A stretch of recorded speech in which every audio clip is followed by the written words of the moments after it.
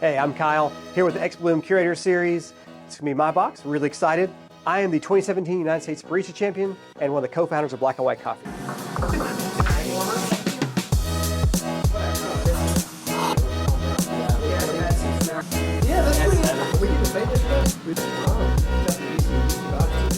This box is gonna focus on co-fermented coffees. This is a crazy process that is, some would say avant-garde, some would say awful. It's fine. But we really want to focus on what is possible with coffee flavor, especially when it comes from the minds of producers. So this is not me going to Costa Rica, Colombia, Ethiopia, whatever, and telling producers how they should produce coffee. This is a somehow natural outflowing of the creative mind of the coffee producers. Yeah, it's really fun to be at Origin and to see what producers are interested in. And sometimes they're interested in stuff that makes you excited. Sometimes they're interested in stuff that's not as exciting, whether that be more agricultural or it may be more like monetary. It's hard to know. But when they see a buyer who's excited about their coffee, that's typically when they have the most vibrancy. So starting in Costa Rica and moving to Colombia, we're gonna explore 3 amazing coffees that are pretty mind-bending when it comes to flavor possibilities. The first coffee is from our longtime partner, Esteban Zamora. This is the 3rd season in a row we've purchased cinnamon coffee from Esteban. He took on the experiment through Selva Coffee and was really excited.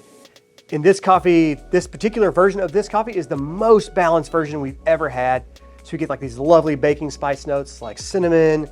It gives you like this kind of warm apple pie thing, which I really love the acidity. The acidity this year is a little bit more crisp and clean. In years past, it had been a bit more lactic, but this year it's just like this really vibrant, malic, sweet apple acidity.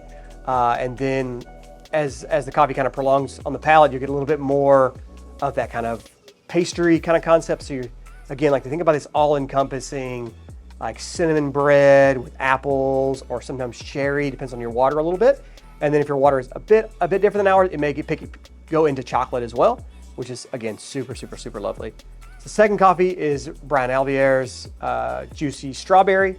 So a Castillo coffee co-fermented with strawberries that have been dehydrated. So think this really, really intense strawberry yogurt and like strawberry pie filling that kind of meanders around a little bit more of that lactic-y kind of acidity. There's also some like vibrant citrus in there as well. So you're gonna get like almost this fresh like lemon zest vibe to it as well. And then as it kind of prolongs on the palate, like more caramel or soft sugar browning flavors. Less of the chocolate, more of the kind of sugar browning, like softer, like maybe panela sugar would be like the easiest way to think about it. Last coffee, by far the most intense. This is lychee from Jairo Arcila. So this coffee has intense tropical fruits, like huge, like think about if you've gone to get like one of those lychee sodas from like the Asian food market. That aroma is really huge. You get like these interesting floral comparisons because lychee as a fruit is quite floral. So then you also get these like really big high acid notes.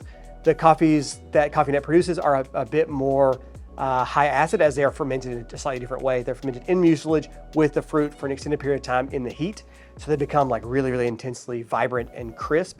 The kind of lactobacillus that exist at Coffee Net at the farm there are just really, really intense and often like quite lactic, passion fruit, a really crisp like green apple. So again, going from the most approachable in the cinnamon coffee to a pretty fun and wild strawberry coffee to a quite intense lychee. So yeah, enjoy.